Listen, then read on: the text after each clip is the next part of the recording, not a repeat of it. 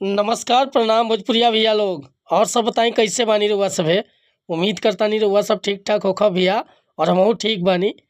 तो स्वागत बाटे आप सबके राइटर विजय बागी के चैनल पर। और आज उपस्थित बानी भैया रउआ सबके बीच में लेके जाड़ा स्पेशल भोजपुरी लोकगीत। बहुत बढ़िया गीत के रचना के बानी आ एकदम साफ सुथरा मैटर बाटे। बस एक नया म्यूजिक बनवा के बढ़िया तरीका से गायकी कर देतानी तो गाना 100% जाड़ा में बज जाए भैया। तो चलिए देर ना करते हुए मैटर के शुरुआत कल जा कि कैसे ए गीत के गावे के बा, का एकर धुन बा, का लय बा। लेकिन वीडियो स्टार्ट कर से पहले भी एगो बात बतावल चाहब।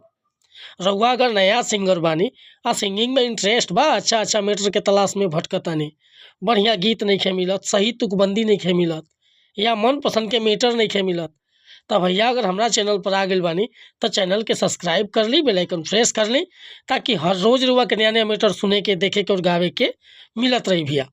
काहे कि हम हर तरह के सॉन्ग लिखिला।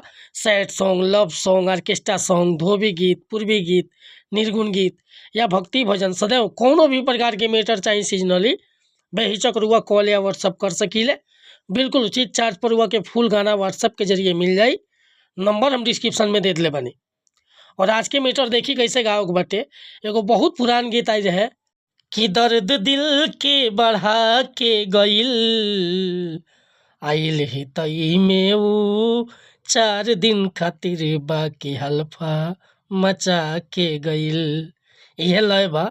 लेकिन देखिए ये गीत के कैसे गाओ बाटे कि तोहारी रहन तो बेकार लागता राजा हो, आ कठिनी अब तो इंतजार लागता हो, तोहारी रहन तो बेकार लागता आ कठिनी अब तो इंतजार लागता। घरे आजा बलम ढेर ढाह जन सितम, हमारा लहंगा में जाड़ लागता हो। घरे आजा बलम ढेर ढाह जन सितम, हमारा लहंगा में जाड़ लागता हो, तोहारी रहन तो बेकार लागता आ कठिनी अब तो इंतजार लागता।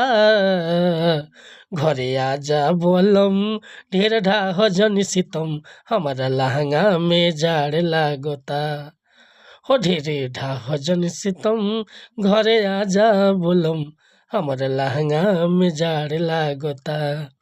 तो भैया ये मुखड़ा लेके उपस्थित रहनी और सर्दी जुकाम की वजह से भैया सांस फूलता, गावल नहीं किया बनत। ये अगर मीटर पसंद बा, फुल गीत रुआ लिखवावे के चाहता नहीं तो बेहिचक हमरा व्हाट्सअप नंबर पर संपर्क कर सकीले। व्हाट्सअप के नंबर बा 8874473128। कोनो प्रकार के मीटर लिखवाओ खोखे, चाहे नया म्यूजिक बनवाओ खोखे, बेहिचक रुआ संपर्क कर सकता नहीं भैया। मिला तनी फिर से अगला वीडियो में। अगर वीडियो पसंद आए तो लाइक करब, कमेंट करब और हमसे कोनो गाँव में त्रुटि भले तो क्षमा चाहत नहीं भैया। काहे कि हम सिंगर ना ही राइटर है। रउआ के डमी बता सकेला, गावल रउआ ऊपर निर्भर करता। मिलत ने अगला वीडियो में। नमस्कार प्रणाम धन्यवाद भैया। जय हिंद, जय भारत, जय भोजपुरी समाज।